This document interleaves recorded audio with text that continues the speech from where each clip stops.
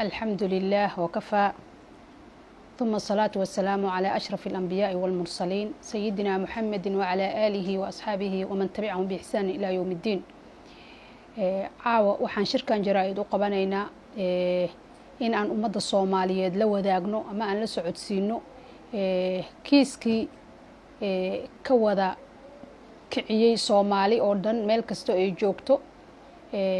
Ikraan Tahliil Faarax iyo meesha uu ku dambeeyay iyo meesha ay wax marayaan inay ummadda Soomaaliyeed aan caawa aan la socodsiino.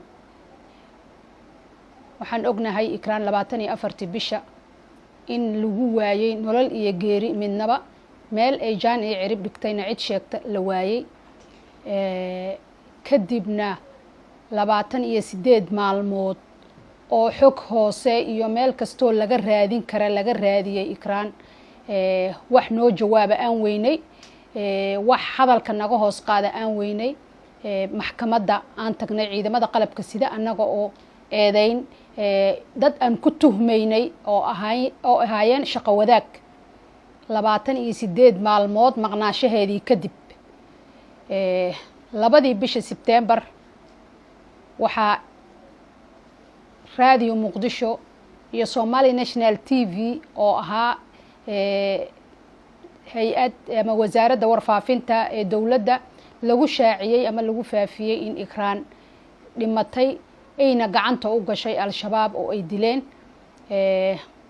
sidoo kaleetana bagga rasmiga ah oo nisa iyadana lagu shaaciyay. markay intaas dhacday waxaan qabanay shir jaraa'id sidaan oo kaleeta annaga oo aan ku qanacsanayn warkii ka soo yeeray wasaaradda warfaafinta iyo hay-adda nisa intaba cadaynayna in ay marnaba gacanta al-shabaab gabadhaas ku bixi karin hadday ku baxdayna ay tahay mid lagala shaqeeyay oo lala wadaagay oo loo gacan geliyay. isla maalinkaas waxaa soo jawaabtay qoladii lagu eedeynayay al-shabaab waxay dhaheen wax luga kuma lihin maadaama aan tuhmaynay annaga awalba inaysan al-shabaab jirin waxaa noo soo baxaysay mar walba in ay gacanta nisa gabadhaas ku maqan tahay. waxaan qabsanay lawyer 7 bisha 9 ee Sebtembar 2021 waxaan dib ugu noqonay maxkamadeennii iyo galkii dacwadda oo noo furneed maalinkaas oo 7 bisha 9 ilaa hadda waxaan ka warsugaynay maxkamadda iyo dacwaddii aan geynay in ay meel ku ogaato ama si daahfuran loo gala kiiskaas. maanta waxaan rabnaa inaan ummadda Soomaaliyeed la wadaagno kiiskii Ikraan ee maxkamadda yaalay maxaa ka hagaagay maxaa ka hirgalay maxaa ka qabsoomay ma dhaqaaqay xaguu maraaya muxuu u dhaqaaqi waayay haddii uu dhaqaaqay haddii uusan dhaqaaqina dadaal dheer oo aan ku bixinay maxkamadda iyo xeer ilaalinta annagoo kaashanayno lawyerkii iyo lawyeradii nala shaqeynayay waxay noo cadeeyeen maxkamadda iyo xeer ilaalinta intaba in kiiskan ay ku gadaaman yihiin caqabado badan oo ay suurtagal ahayn in la helo si sax ah in loo baaro kiiskan meelna uu ku dhamaado iyadoo ay sabab uga dhigeen caqabadaha hortaagan inay ka mid tahay in xaruntii nisa ee dhibka ka dhacay ama agagaarkeedii ama meeshii shaqada ay yacni gabadhi ka shaqeynaysa ay tahay si loo helo xogo iyo tuhmanayaashii la tuhmayay si sax ah in loo ogaado in aysan suurtagal lahayn in ay galaan oo loo diiday. waxaa kaloo ka mid ah lambar 2 in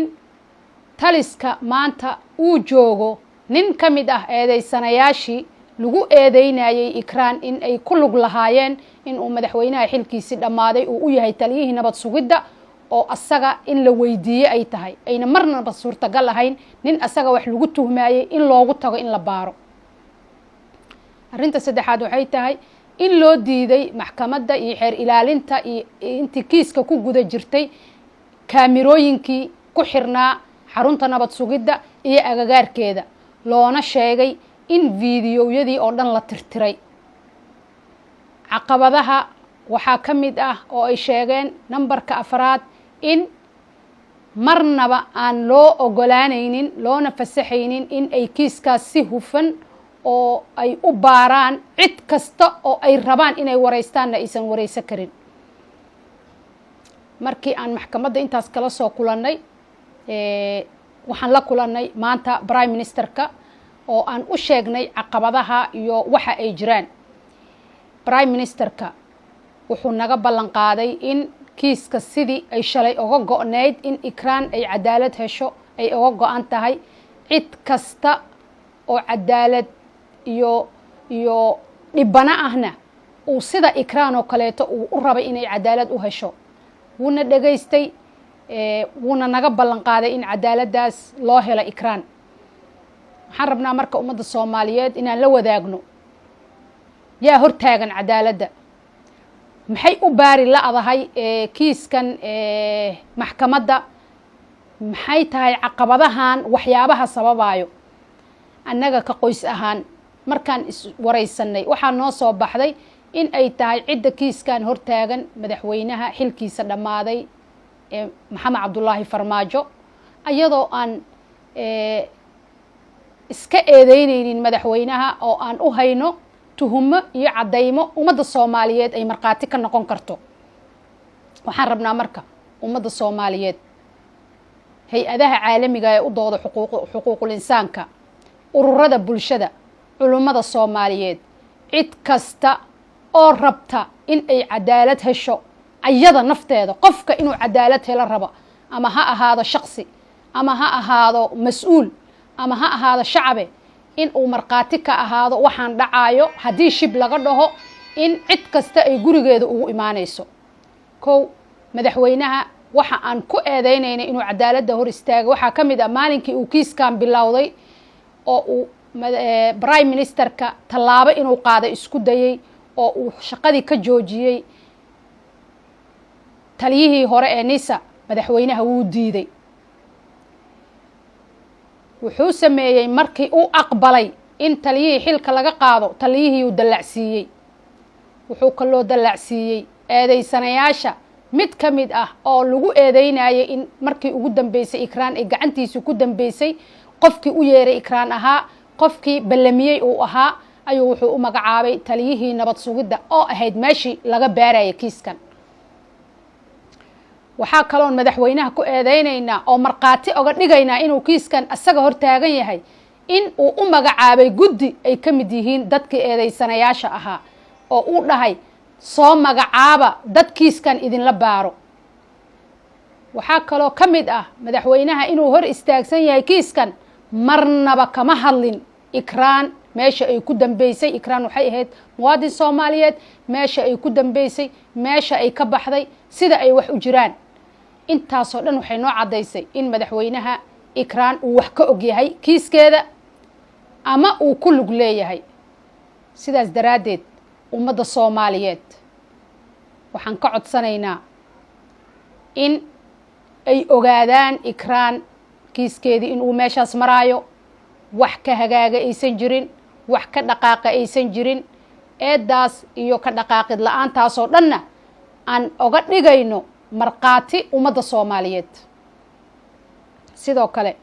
waxaan rabaa inaan u mahad celiyo ummadda Soomaaliyeed garab istaaggii ay u muujiyeen ikraan waalidkeed iyo qoyskeeda iyo ehelkeeda intaba, sida ay u garab istaageen, sida ay oga damqadeen. sidoo kaleeto waxaan ka cudur daaranayaa oo aanan jeclayn inaan u jawaabo ama aan ka hadlo